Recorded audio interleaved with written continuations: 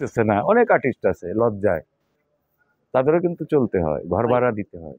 অনেকে বলে যে ধরেন এখন তো খুব কম সিনেমা হচ্ছে, যেগুলো ভালো সিনেমা হচ্ছে ধরেন এফডিসি কিন্তু দিয়ে সিনেমাগুলো হচ্ছে, সেগুলোতে ধরেন শাকিব খান বছরে দু একটা সিনেমা করতেছে, তার বাজেট হাই।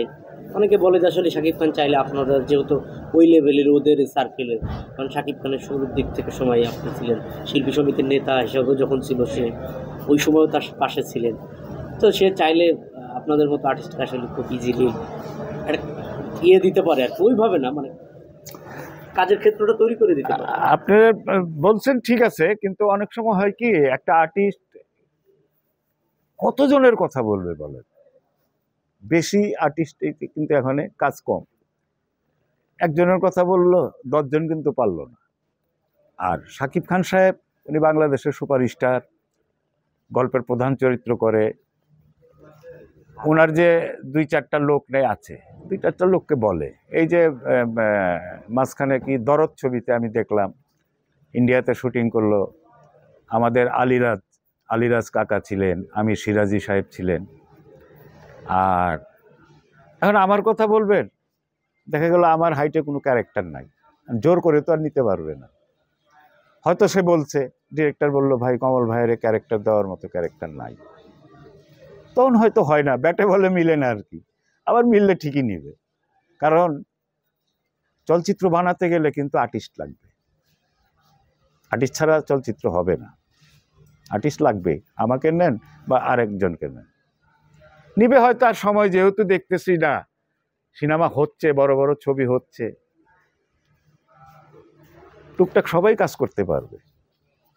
ভাই যে শিল্পী হিসেবে শাকিব খান যে নিজের এত বছর ধরে রাখছে, এখন একটা শীর্ষ পজিশনে আছে, মানে সে ছাড়া কিন্তু আসলে মূলধারা চলচ্চিত্র ভাবার মতো না আর কি। মানে যদি বলি ব্যবসা যাই করুক, 2 টাকা 5 টাকা যাই করুক, তারটা ব্যবসায়ী দিক থেকে আগায় আছে, মানে যে শাকিবের বিকল্প আর কেউ নাই। এখন ঘটনাটা হয়েছে কি, বিকল্প নাই বলতে এটা আমি বলবো না, অনেক হিরো আছে, কিন্তু ওদের জায়গা মতো আসতে হবে। প্রত্যেকটা শিক্ষার কিন্তু শেষ নাই। আমি প্রচুর লম্বা, আমি খুব ইনোসেন্ট, আমি একদম প্রচুর সুন্দর একটা ছেলে, কিন্তু আমি কাজ জানি না।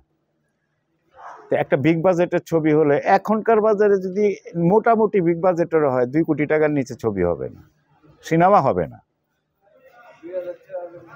এইসব সিনেমা বানাতে গেলে গল্পে আর্টিস্টদের কাজ শিখতে হবে, অ্যাক্টিং শিখতে হবে, ডান্স শিখতে হবে, ফাইট শিখতে হবে, সব কিছু শিখতে হবে। কারণ আমি 2 কোটি টাকা একটা প্রযোজক ইনভেস্ট করবে আমার উপরে, আমি কিছুই জানলাম না, তাহলে তো হবে না। এই শাকিব খান তো আর একদিনে হয়নি, শাকিব খানের কষ্ট আমরা দেখছি, আমরা যে দেখিনি তা না, প্রচুর কষ্ট করছে, কষ্টের ফল আজকে সে পাচ্ছে। সে কিন্তু একটা সময় একসাথে আমরা অনেক ছবি করেছি, মাঝখানে কিন্তু প্রায় 1-1.5 বছর সে গ্যাপ ছিল, ছবি ছিল না সাকিবের তা না, কিন্তু ছবি ছিল। কিন্তু ওই সময়টাতে যেসব ছবি হচ্ছে ওই ছবিগুলো সে করেনি, সে ঘরে বসে আছিল। দেখি না, সময় ভালো হোক, সিনেমা তো থাকবেই, ভালো ভালো ছবিও করব। সে কিন্তু তখনও প্রচুর অফার পেয়েছে, সে করেনি। এই যে সে এই জিনিসগুলো সে ধরে রাখছিল, কষ্টটাকে সে ওই কি বলে গলার মালার মতো জড়ায় রাখছিল, আজকে কিন্তু সুখের মালা পড়তেছে, কষ্টের মালা আর নাই, তাই না? আসতে হবে, প্রচুর ছেলে আছে, নাই বলতে কে বলছে, অনেক আছে।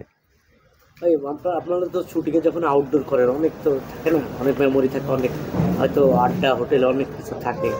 তো শাকিব ভাইয়ের সাথে যেহেতু আমি অনেক সিনেমায় কাজ করছি, এরকম কোনো কিছু আছে নাকি যেটা শেয়ার করার মতো আর কি? শেয়ার করার মতো আর ব্যক্তি হিসাবে তো মানে আমি শাকিব খানের ব্যাপারে আর কি বলবো বলেন। মানে আমরা স্ক্রিনে তো একভাবে দেখি, তার বিভিন্ন স্ক্রিনে যেটা আপনারা দেখেন, ওটা তো স্ক্রিনে দেখেন, আসলে ওই কিন্তু প্রচুর সম্মান করে সিনিয়র। আমার মতো কমল পাটেকার ছোটখাটো শিল্পী, আমি যদি ওর শুটিংয়ের মধ্যে যেতাম, যে শুটিং করতেছে একটু দেখা করে আসি, ওই কিন্তু চেয়ারে বসা, ওই দূরে দেখেই কিন্তু এই কমল ভাই আসছে, একটা চেয়ার দে, 2-3 বার বলতো, এই চেয়ার দে, চেয়ার দিল, ভাই বসেন, কেমন আছেন, এই সেই, এই যে শ্রদ্ধাটা, এটা তার ভিতর আছে। এবং এগুলা সম্বন্ধে আমি তার খারাপ কিছু দেখিনি। তারপরে এখন হয়েছে কি, 5টা আঙ্গুল সমান না, মানুষের দোষগুণ নিয়েই আছে।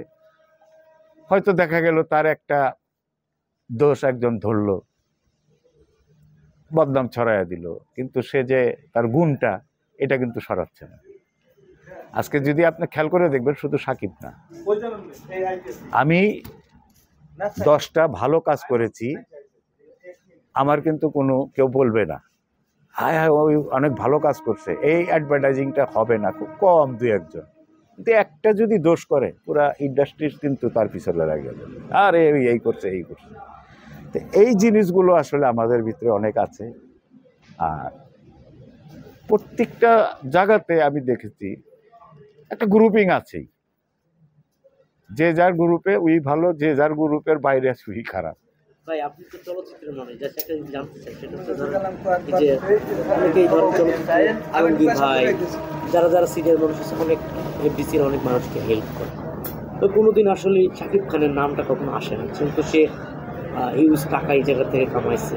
আপনার কি কখনো জানাশোনা বা কখনো মনে হয়েছে যে আসলে সেও মানুষের পাশে থাকে বা হেল্প করে, এরকম কোনো কিছু আপনার জানা আছে?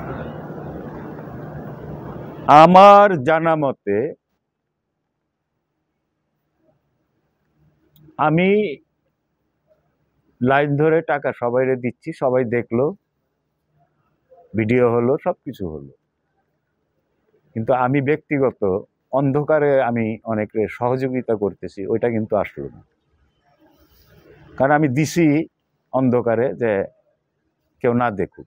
কারণ আমাকে যদি কেউ 10,000 টাকা না দিয়া ফেসবুকে দিয়ে দেয়, তখন বলবো কমল পাটেকার দুস্থ শিল্পী হয়ে গেছে, ওই যে লাইন ধরে টাকা নিচ্ছে, ওই যে 10,000 টাকা পাইছে। তো অনেক সময় দেখা যায় আমার দুর্নামটা ছড়াও, যে আমাকে সহযোগিতা করবো ওই চাচ্ছে না, সে আমাকে অন্ধকারে বা এক জায়গায় টেলিফোনে ডাকলো বা গেলো, বা আপনার বিকাশ নাম্বারটা দেন, আমি কিছু টাকা পাঠাচ্ছি, সামনে ঈদ, এরকমও অনেক আর্টিস্ট দেয়, যেটা দেখা যায় না।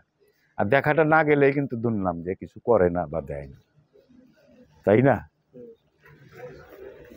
আমি একটা কথা না বললেই নয়, আমি এখানে কারো চামচামি করতে চাচ্ছি না, আমাকে কেউ খাওয়ায় না, কিন্তু আমি নিজে পরিশ্রম কইরা নিজে খাই।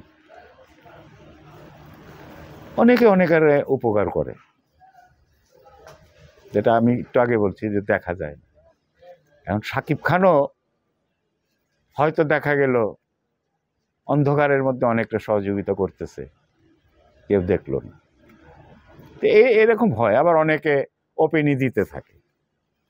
এই দুইটা লাইন আছে, এখন যে যেটা ভাইবা নেয় আর কি। এবং আমি আজ থেকে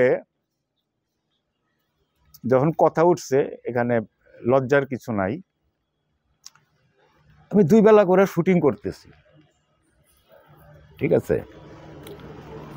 তখন এফডিসিতে কোনো এক ছবি শাকিব খানের সাথে আমি শুটিং করতেছি, ছবিটার নাম খেয়াল নাই। তখন রাত্রে প্রায় 9টা বাজে,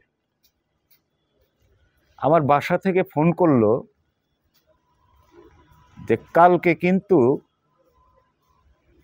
তোমার ছেলের সেমিস্টারের টাকা দেওয়ার ডেট। কত?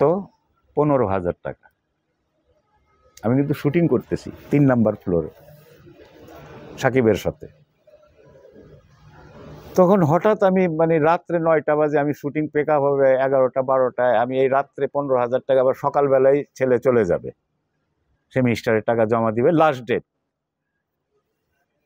তখন আমার পরিচালক শাহিন সুমন ভাই, আপনি একটু টেনশন কেন, কি ঘটনাটা কি? আমি ভাই এই ঘটনা, টাকা তো মনে করেন যে ম্যানেজ হবে, কিন্তু একটু টাইম লাগবে, তো এত সকালে আমি রাত্রে টাকাটা ম্যানেজ করতে করবো, 15,000 টাকা সকালে ছেলে রাত্রে গিয়ে দিতে হবে, ছেলে সকালে চলে যাবে। তখন এটা কেমনে কেমনে শাকিব খান শুনছে, শুই না মেকআপ রুমে আমার ডাকাইছে, ভাই কি হয়েছে, আপনি টেনশন কি, ছেলের কি সেমিস্টারের টাকা নাকি আপনার সকালে দিতে হবে, টেনশন করেন কেন, আমারে বলবেন না। আমি কই না, এটা কি বলবো আর হঠাৎ এখন ফোন করছে বাসা থেকে। তো সম্ভবত শাহিন সুমন ভাই হয়তো বলছে যে কমল ভাই একটু টেনশনে আছে, হয়তো বা। আর আমারে খুব পছন্দ করে শাহিন সুমন ভাই। আর আজকে এই আর্টিস্ট হওয়ার পিছনে কিন্তু শাহিন সুমন ভাইয়ের মানে সবচেয়ে বেশি ভূমিকা, আমারে কমল পাটেকার বানানে। তো যাই হোক, তখন ওই সাকিব তার যে ভাই তারে বললো, মোল্লা এখানে ওই কার্ডটা কি দিল যে 15,000 টাকা তুইলা নিয়ে এখনই আনছে।